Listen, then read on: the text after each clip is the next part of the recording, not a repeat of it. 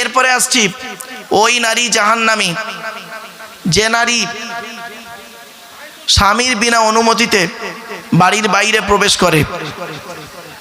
আমার অনেক মা বোন আছে, স্বামীর সামনে যখন থাকে তখন চুলের ঠিক থাকে না, পরিপাটিভাবে থাকে না, আর বাইরে যখন বের হয় দেখবেন পরপুরুষ দেখবে সেখানেও সুন্দর করে সেজে গুজে বেরোচ্ছে। খবরদার নয় মা, বাড়িতে গিয়ে এগুলোকে পরিবর্তন করবেন। স্বামী যদি কেঁদে ফেলে, মেয়েদের একটা চিরুনি হারিয়ে গেলে কাঁদে, মেয়েদের চিরুনি হারিয়ে গেলে কাঁদে, আর ছেলেরা যখন কাঁদে তখন চিরুনি হারালে কাঁদে না, ছেলেদের কান্না হলো বুক ফাটা কান্না। ছেলেরা কাঁদে কম, অন্তর থেকে কাঁদে এদের বেশি। ছেলেরা না কেঁদে সরাসরি ডাইরেক্ট জীবন দিয়ে দেয়, কত ছেলে সুইসাইড করে দেয়। খবরদার নয় মা বোনদের বলে যাচ্ছি, অনেক মেয়ে ছেলে আছে ওই নারী জাহান্নামী যে নারী তার স্বামীকে তার সাধ্যের বাইরে চাপ দেয়। আমার ভাষা বুঝতে পারছেন? সাধ্যের বাইরে মানে স্বামীর দেওয়ার ক্ষমতা নেই, জোর করে তার কাছে চেপে জোর করে নিচ্ছে। আমাকে বগুড়ায় এই ঈদে 10,000 টাকা দামের শাড়ি দিতে হবে। স্বামী সারা মাসে ইনকাম করে 6,000 টাকা, কি করে দেবে? দুটো বাচ্চার কিনবে না, বাম্মার কিনবে না, তোমার একার কিনবে? তাহলে জান্নাতি নারী, এগুলো জাহান্নামী নারীর পরিচয়। আর জান্নাতি নারীর পরিচয় কি? যে নারী স্বামীর সঙ্গে যখন কথা বলবে মিষ্টি ভাষায় কথা বলবে। যে নারী স্বামী যদি রেগে যায়, যে নারী স্বামী যদি রেগে যায়, ওই নারী, এই স্বামী যদি রেগে যায়, নারী বলবে, স্ত্রী বলবে, যতক্ষণ না তুমি রাগ ভেঙে ভাত খাচ্ছ ততক্ষণ পর্যন্ত আমি কিছু খাবই না। এটা হলো জান্নাতি নারীর পরিচয়। 3 নাম্বার, ওই নারী জান্নাতি যে নারীর মধ্যে কোনো অভিযোগ থাকবে না, অভিযোগ, স্বামীর প্রতি কোনো অভিযোগ থাকবে না। 4 নাম্বার, ওই নারী জান্নাতি যে নারী তার স্বামীর প্রতি কোনো অভিমান করবে না, অভিমান। আমার ভাষা বুঝতে পারছেন বাবা? অভিমান করবে না, ওই নারী জান্নাতি। ওই নারী জান্নাতি যে নারী স্বামীর পরিবারের সঙ্গে ভালো আচরণ করে। স্বামীর পরিবারকে, স্বামীর বাপ, স্বামীর মা, স্বামীর ভাই, স্বামীর বোন, স্বামীর আত্মীয়। অনেক মেয়ে ছেলে আছে দেখবেন স্বামীকে খুব ভক্তি করে আর স্বামীর বাম্মার দেখে না। মানে স্বামীর বাম্মা কি হবে? শ্বশুর শাশুড়ি দেখে না, শ্বশুর শাশুড়ি দেখে না, স্বামীর ভালোবাসে। ও জাহান্নামী নারী, মনে রাখবে। ওই নারী জাহান্নামী যে নারী তার স্বামীর পরিবারকে ভক্তি শ্রদ্ধা করে না। তোমার শ্বশুর, তোমার শাশুড়ি তোমার স্বামীকে কষ্ট করে মানুষ করেছে, লেখাপড়া শিখিয়েছে। তুমি আজকে এসে তোমার মা থেকে শাশুড়ি, মা বেটাই তুমি ঝগড়া লাগিয়ে দিলে, বাপ বেটায় ঝগড়া লাগিয়ে দিলে, দিয়ে তোমার বাপের সঙ্গে তোমার স্বামীর ভালোবাসা জুড়িয়ে দিলে, শ্বশুর জামাইয়ের সম্পর্ক ভালোবাসা জুড়িয়ে দিলে। হ্যাঁ, এই ছেলেরা, এই শুনে নাও, বাপ বাপই হয়, মা মাই হয়। শ্বশুর কোনোদিন বাপ হতে পারে না, শাশুড়ি কোনোদিন মা হতে পারে না। শ্বশুর তোমার বাপ হয়েছে 20 বছর পরে তার মেয়ে দেওয়ার কারণে বাপ হয়েছে। শাশুড়ি তোমার মা হয়েছে 20 বছর পরে তার মেয়ে দেওয়ার কারণে মা হয়েছে। আর তোমার মা হয়েছে কবে জানো? তুমি যেদিন মায়ের পেটে এসেছিলে সেই দিন থেকে তোমার মা হয়েছে। তোমার বাপ হয়েছে কবে? যেদিন তুমি জন্মগ্রহণ পেটে এসেছিলে সেই দিন থেকে। ছেলে যখন মায়ের পেটের ভেতরে লাথি মারে, মা তখন আনন্দে হেসে ফেলে। আর ওই ছেলে যখন কারোর কথা শুনে, লোকের কথা শুনে বা বইয়ের কথা শুনে, কোনো ব্যক্তির কথা শুনে মার গায়ে লাথি মারে, তখন মায়ের চোখ ফেটে পানি পড়ে। দুটোই লাথি, একটা হলো পেটের বাইরে লাথি, একটা হলো পেটের ভেতরে লাথি। কিছু বুঝতে পারছেন আমার ওয়াজ? আমার বাপেরা, খবরদার জীবনে কোনোদিন বাম্মাকে কাঁদাবেন না, বাম্মাকে খুশি রাখবেন। আল্লাহর নবীদের পরই স্থান হলো বাপ আর মায়ের। এই ছেলে, এই তুমি 4 জনকে খুশি করো। একজন পুরুষ যদি 4 জনকে খুশি করে জান্নাতি। 1 নাম্বার, তুমি তোমার রব আল্লাহকে খুশি করো, আরাম খাবার খেও না, সুদ কারবার করো না। বাবা পাড়ায় বন্ধন টন্দন চলছে ভালো, খবরদার এই মা বোনেরা, তোমরা আমার ওয়াজ শুনেছো? ওয়াজ শুনতে এসছো? এই ছেলে, এই তুমি আমার ওয়াজ শুনবে? তুমি সুদ কারবার করো, সুদের কারবার করো, মদ খাও, জুয়া খেলো, গাঁজা খাও, সাট্টা খেলো, শুধু তাই নয় লটারির টিকিট কাটো, হারাম কাজ করো, তুমি আমার ওয়াজ শুনবে? ছি, লজ্জা করে। মেয়েদেরকে বলছি, ছেলেদেরকে বলছি, স্ত্রী থাকতে অন্য মেয়ের সঙ্গে সম্পর্ক রাখো তুমি? শুনে নাও, শয়তানের দুনিয়াতে, শয়তানের চক্রে হালাল বস্তুতে মজা কম, হারাম বস্তুতে মজা বেশি।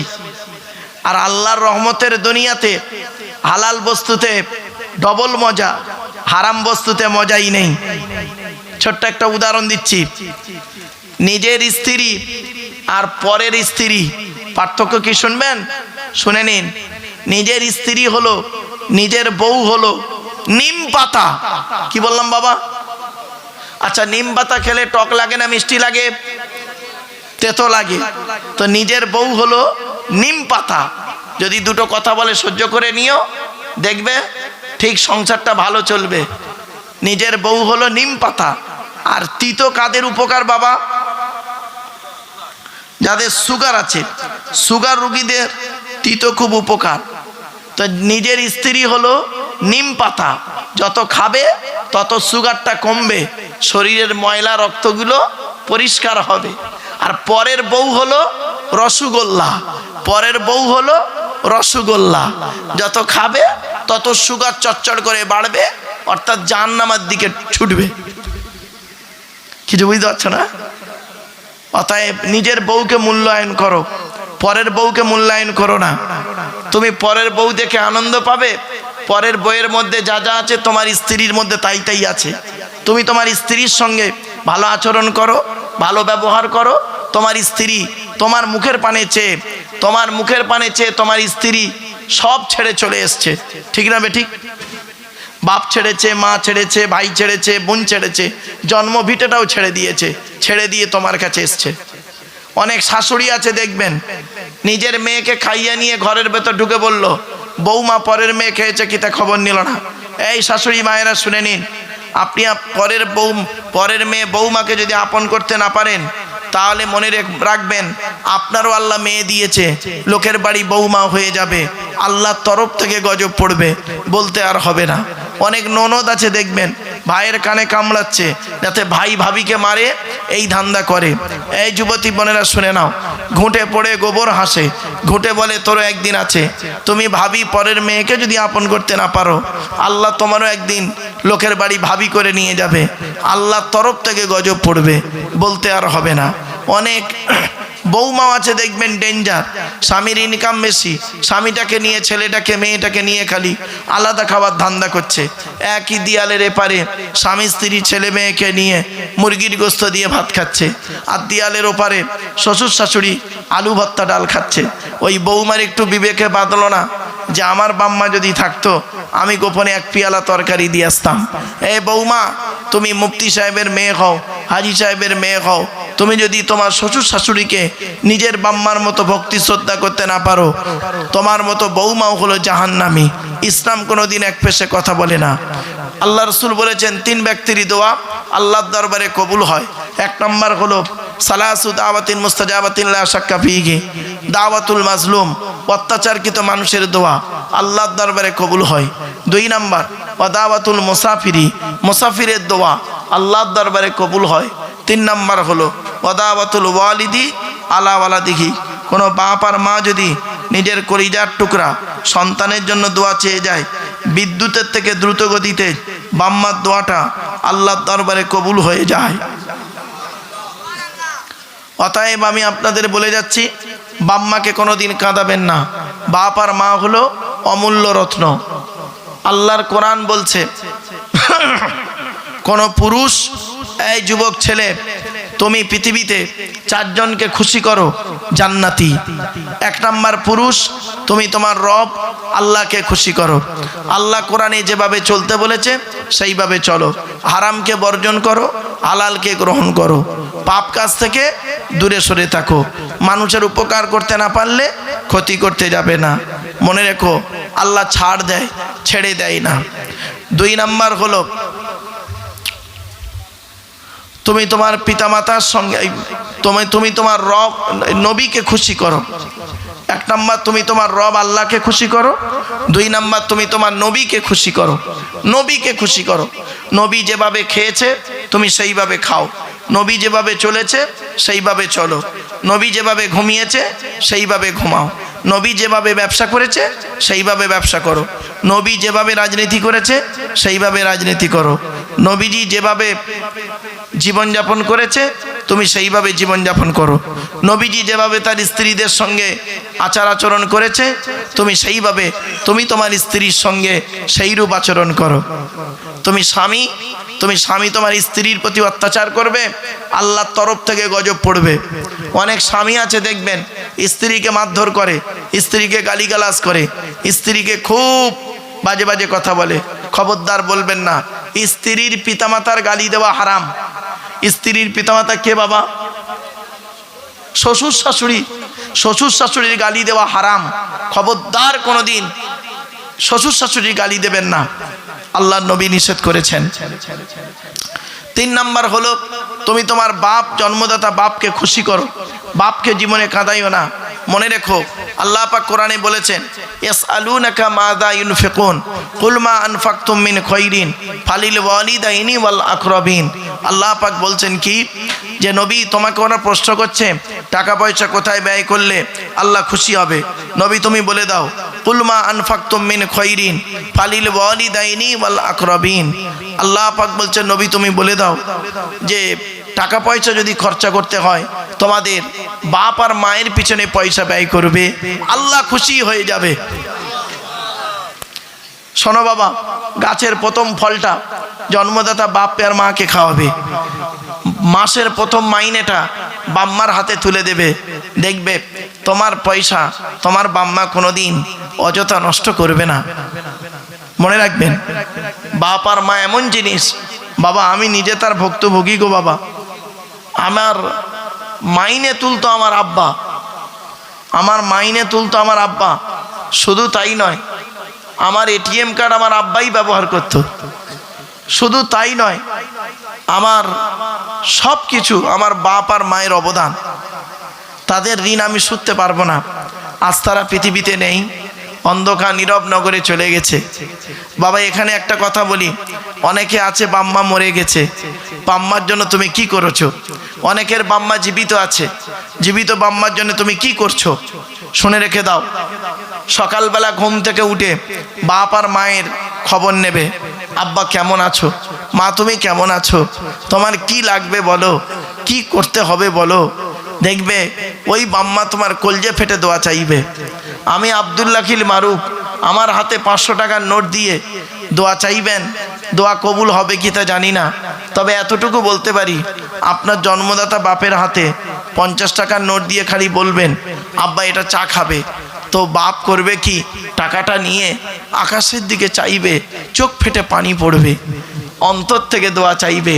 ওই দোয়াটা আল্লাহর আরশে আজিমে পৌঁছে যাবে। এজন্য আপনাদের বলি, বাপ আর মা যাদের বেঁচে আছে মনে রাখবে অনেক কিছু বেঁচে আছে। যেদিন তোমার বাম্মা চলে যাবে সেই দিন দেখবে কি অবস্থা হয়। ওরে যতদিন বাপ বেঁচে আছে ততদিন তোর উপরে কোনো লোক আঙুল তুলে কথা বলার সাহস পাবে না, ঠিক না বেঠিক? আর যখনই বাপ মরে যাবে রে, আঙুল তোলা তো দূরের কথা, গায়ে হাত তুলে দেবে। এই জন্য বলছি বাম্মা এমন জিনিস, তুমি তোমার বাপকে মূল্যায়ন করতে শেখো। বাপের প্রতি ভক্তি শ্রদ্ধা সম্মান করো। বাপের পিছনে পয়সা ব্যয় করো, মায়ের পেছনে পয়সা ব্যয় করো। মায়ের অসুস্থতায় তুমি পয়সা ব্যয় করো, মায়ের সুস্থতায় তুমি তাকে ভালোবাসা নাও, বাম্মার দোয়া নাও। বাপ আর মায়ের দোয়া যদি সঙ্গে থাকে, মনে রাখবে তুমি একজন জান্নাতি জান্নাতি জান্নাতি। জোরে বলুন সুবহানাল্লাহ। এজন্য আপনাদেরকে বলে যাচ্ছি, বাম্মাকে কোনোদিন কাঁদাবেন না। এবারে আসছি, মেয়েদেরকে তিনজনকে খুশি করলে জান্নাতি। কোনো মেয়ে ছেলে আমার মা বোন তিনজনকে খুশি করলে তুমি জান্নাতি। এক নাম্বার, তুমি তোমার রব আল্লাহকে খুশি করো। দু নাম্বার, তুমি তোমার নবীকে খুশি করো। নবী যেভাবে চলতে বলেছেন সেইভাবে চলো। আল্লাহ যেভাবে কোরআনে চলতে বলেছেন সেইভাবেই চলো। মনে রেখো, এই পৃথিবীতে তোমাকে চলতে হবে এইভাবেই। তুমি পর্দার মধ্যে থাকো।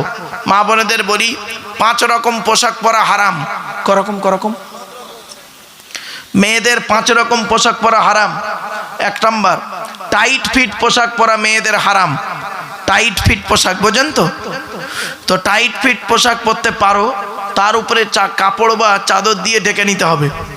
2 নাম্বার, মেয়েদের ওই পোশাকটা পরা হারাম যে পোশাকটা বাইরে থেকে ভেতরের অঙ্গ দেখা যায়, অর্থাৎ অতিরিক্ত পাতলা কাপড় পরা আপনাদের জন্য হারাম।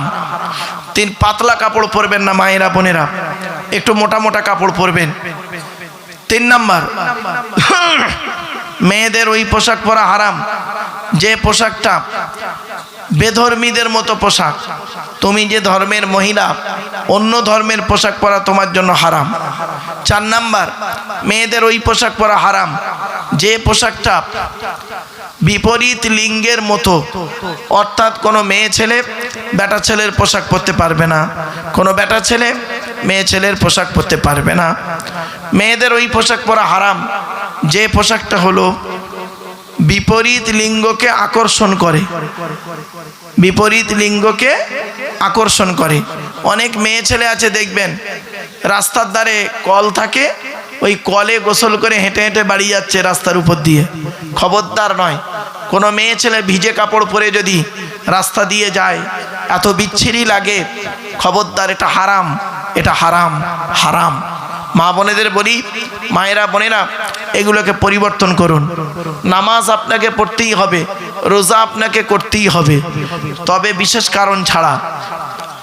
কিন্তু স্বামীর সেবা আপনাকে করতে হবে। খবরদার, স্বামীকে কোনোদিন কটু কথা বলবেন না। স্বামীর সেবা আপনাকে করতে হবে। কোনো মেয়ে ছেলে যদি মারা যায় আর তার স্বামী যদি বলে, আল্লাহ আমার স্ত্রী আমাকে খুশি করে কবরে গেছে, আমার স্ত্রী আমাকে খুশি করে কবরে গেছে, ওই নারীটা হলো জান্নাতি। জোরে বলুন সুবহানাল্লাহ। আমার বাপেরা, যাদের বাপেদের মধ্যে মেজাজ গরম, ছেলেদের দায়িত্ব হলো বাপকে বোঝানো। যে সমস্ত মেয়ে ছেলেরা এইরকম অন্যায় করে, তাদের ছেলেদের দায়িত্ব হলো মাকে বোঝানো। যে সমস্ত বোনেরা এইরকম পাপ কাজে লিপ্ত, দাদা ভাইদের দায়িত্ব হলো যে দোলা ভাই বা বোনায়ের সঙ্গে এরূপ আচরণ করবি না।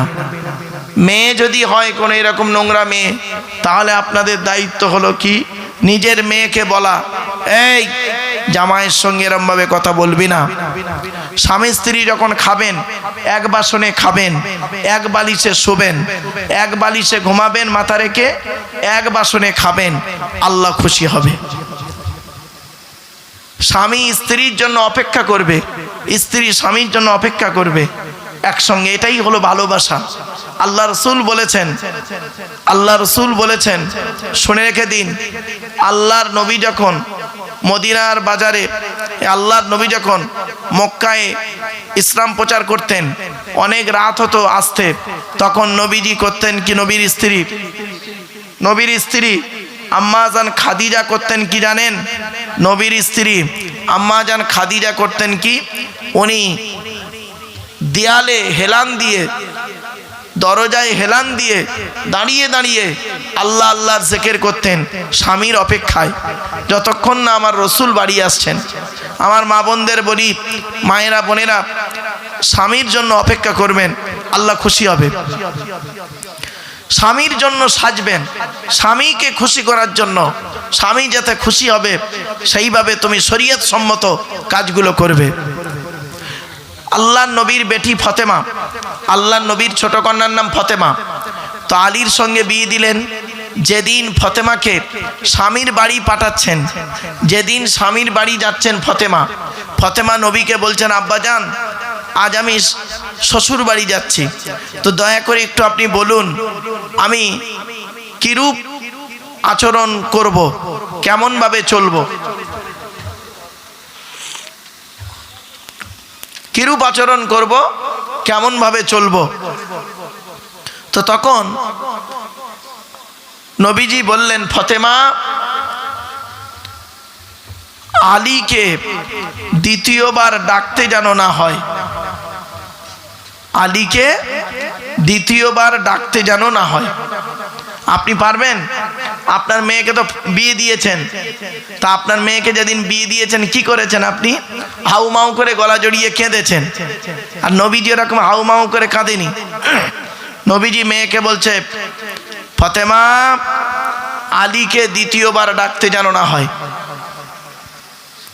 তো ফতেমা যখন যতদিন বেঁচে ছিলেন মা ফতেমা ততদিন করেছেন কি, আলীর এক ডাকে সাড়া দিতেন। তো একদিনের একটা ছোট্ট ঘটনা আপনাদের বলি। হযরত আলী রাদিয়াল্লাহু তাআলা আনহু একটু গভীর রাতে বাড়ি ফিরেছেন, তো এসে দেখছেন ফতেমা বলে একবার ডেকেছেন ফতেমা বলে। মা ফতেমা করেছেন কি, লাব্বাইক বলে দরজাখানা খুলে দিয়েছে। হযরত আলী বলছেন যে, ফতেমা তুমি নবীর কন্যা, তোমার সম্মান অনেক বেশি, তুমি আমার জন্য জেগে থেকো না, তুমি নিজে খাওয়া দাওয়া করে হাসান হুসাইনকে খাওয়া দাওয়া করিয়ে তুমি ঘুমিয়ে পড়বে, আমি এসে খাওয়া দাওয়া করে ঘুমিয়ে পড়ব। তখন মা ফতেমা কি বলেছিলেন শুনে নিন। এটা হলো আমার মায়ের স্বভাব আর বাপের অর্ডার। সুবহানাল্লাহ বলেন। কি বলল? মায়ের স্বভাব, বাপের অর্ডার। তখন হযরত আলী বলছেন, আচ্ছা ফতেমা ঘটনাটা খুলে বলো তো, মায়ের স্বভাব বাপের অর্ডারটা কি? বলছে, আমরা 4 বোন, জয়নাব, উম্মে কুলসুম, রুকাইয়া, আমি ছোট মেয়ে ফতেমা। তো আমরা 4 বোন, আমাদের 4 বোনকে খাইয়ে দিয়ে আমার আম্মাজান করতেন কি, আব্বাজানের জন্য দরজায় হেলান দিয়ে দাঁড়িয়ে দাঁড়িয়ে অপেক্ষা করতেন। যতবার আব্বাজান এসে খাদিজা বলে একবার ডেকেছে, এক ডাকে সাড়া দিয়েছেন, লাব্বাইক ইয়া রাসূলুল্লাহ বলে দরজা খুলে দিয়েছে। তো আমি তার কন্যা, আমি আমার মায়ের থেকে এই স্বভাবটা শিখেছি। জোরে বলুন সুবহানাল্লাহ। এজন্য মা গুণে বেটি হয়। মা যদি ভালো হয় ওর পেটের বাচ্চাটা ভালো হবে, আর মা যদি বদমাশ হয় পেটের বাচ্চাটা শয়তান হবে, বদমাশ হবে। এজন্য বাম্মাকে বলছি আপনারা আগে ঠিক হন, তারপরে আসছি। মা ফতেমা বলছেন যে দ্বিতীয় কথাটা আমি তোমাকে জিজ্ঞাসা করছি, বাপের অর্ডারটা কি? বলে, যেদিন আমি আপনার বাড়ি আসছিলাম সেদিন আমার আব্বাজান বলেছিলেন যে কি, যে ফতেমা আপনার নাম ধরে বলেছিলেন আলীকে দ্বিতীয়বার ডাকতে যেন না হয়। তা আমি বাপের অর্ডারটা মান্য করতে গিয়ে চেষ্টা করব মরণ পর্যন্ত এক ডাকে সাড়া দিতে, চেষ্টা করব আমি এক ডাকে সাড়া দিতে। আমার বাপেরা অবাক হয়ে যায়। আজকের অনেক মেয়ে ছেলে আছে দেখবেন, স্বামীকে তুচ্ছ তাচ্ছিল্য করে, স্বামীকে মূল্য দেয় না, স্বামীর মূল্য দেয় না। বুঝতে পারছেন? খবরদার মা বোনরা, স্বামীকে মূল্য দিতে শেখুন। আর স্বামীদেরকে বলে যাচ্ছি, স্ত্রীর প্রতি স্নেহ, মায়া, মমতা, ভালোবাসা দিন। আল্লাহর নবী বলেছেন, তুমি যেটা খাবে স্ত্রীকে তেমন খাওয়াবে, তুমি যেমন খাবে স্ত্রীকে তেমন খাওয়াবে, তোমরা যেমন পড়বে স্ত্রীদের তেমন পড়াবে। আর স্ত্রীকে মাঝে মাঝে বেড়াতে নিয়ে যাবেন। রাসূলুল্লাহর হাদিস, আল্লাহর নবী বলেছেন স্ত্রীকে মাঝে মাঝে বাড়ির বাইরে বেড়াতে নিয়ে যাবে স্বামী, এটা সুন্নাত। স্ত্রীর কোলে মাথা রেখে কোরআন তেলাওয়াত করা সুন্নাত। শুনে নিন এগুলো, স্ত্রীর কোলে মাথা রেখে কোরআন তেলাওয়াত করা, মনে রাখবেন।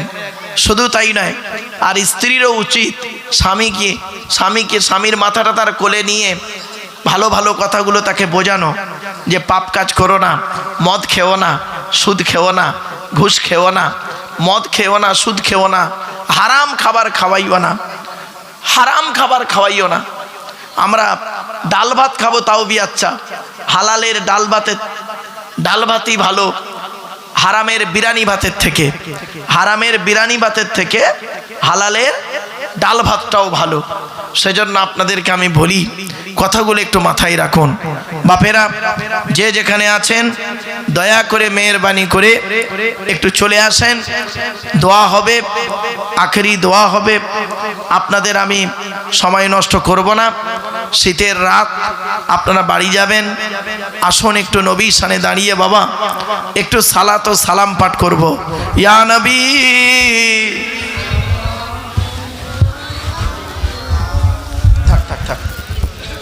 আগিয়ে আগিয়ে আসেন বাবা, বাবা আগিয়ে আগিয়ে আসেন। যে যেখানে আছেন দয়া করে মেহেরবানি করে চলে আসেন, সব চলে আসেন, চলে আসেন বাবা।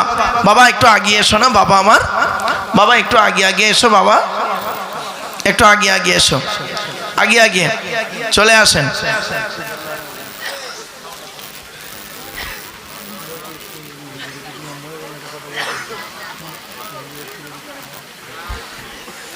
করিয়ে দিই এখন, আমার ওকে নাম করে টেনে নিই, তারপর বুঝতে পারছেন। আমার বাপেরা চলে আসেন, আগে আগে আসেন বাবা একটু। হ্যাঁ, নবীর সামনে দাঁড়িয়ে এখনই শেষ করে দেবো, চিন্তা নেই, এখনই শেষ করে দেবো, আর 2-5 মিনিটের মধ্যে শেষ হয়ে যাবে। হ্যাঁ বাপেরা।